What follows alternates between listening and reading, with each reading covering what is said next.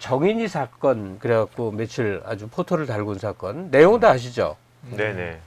아주 좋은 뜻으로 입양을 한 부부들 같아요. 네. 어느 날 문득 한 번에 폭력으로 사망한 게 아니라 이건 입양시키자마자 장기적이고 지속적으로 이랬단 말이에요.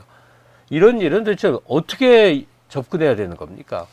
제 가까운 분이 이제 누구를 입양하려고 했는데 이게 정말 심사 과정이 어려워요. 네. 그러니까 일반 분들은 야 입양하는 게 되게 쉬워서 이런 범죄가 일어난다고 생각하실지 모르겠는데 지금도 이미 이 정말 어떤 의도로 입양을 하는지 잘 키울 수 있는지를 정말 오랫동안 심사해갖고 입양을 할 수 있게 기회를 주거든요. 근데 이제 문제는 그 심사가 이루어지고 나서 입양이 되고 나서도 사후 관리를 계속 좀 더 적극적으로 해야 되는 것 같아요. 그러니까 입양 관련해서 사회복지사 같은 분들이 주기적으로 방문을 해서 어린아이 자체들은 당연히 어려움이 있어도 얘기하기 어려울 텐데 이거를 뭔가 신체적인 검사라든지 정서적인 어떤 검사를 통해서 이런 문제가 있는지를 사후적으로도 계속 챙겨야 되는 문제가 있을 것 같고요.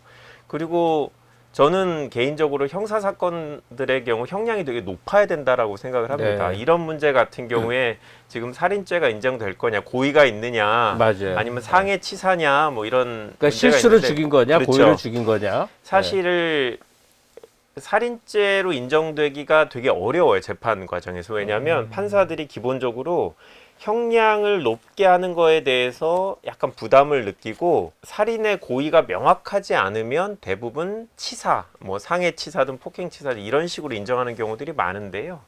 기본적으로 우리 판사들이 그런 개인적인 어떤 뭐 마음의 부담을 이런 걸 떠나서 이런 것들은 정책적으로 되게 중한형을 내려야 비슷한 일이 반복되지 않을 거라서 이 대법원의 양형위원회들이 있는데 이런 데서 지금보다 이런 단순히 형법을 위반하는 것만이 아니라 이제 비도덕성이 되게 강한 범죄에 대해서는 형량을 되게 높이려는 노력을 해야 되고 죄송합니다만 판사의 재량을 저는 확 줄여야 된다고 생각을 해요. 네.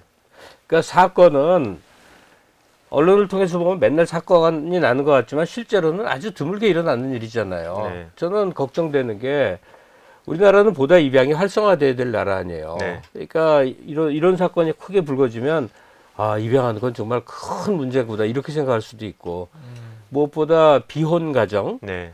그러니까 결혼하지 않은 상태에서도 남녀가 사랑을 하다 보면 애가 생길 수 있고 그것을 사회가 받아줘야만 되거든요. 이건 네. 안 그러면 안 된다고. 그렇죠. 결혼이란 조건을 갖추는 것도 어렵고 또 원하지 않는 사람도 많기 때문에 그런 상황 속에서는 입양이 꼭 필요해지는 상황도 많은데 이런 일이 한번 이렇게 터지고 나니까 또 경찰도 막 질타하게 되지 않습니까? 3번이나 신고받고 뭐 했느냐. 의원으로서는 해법이 어떻습니까?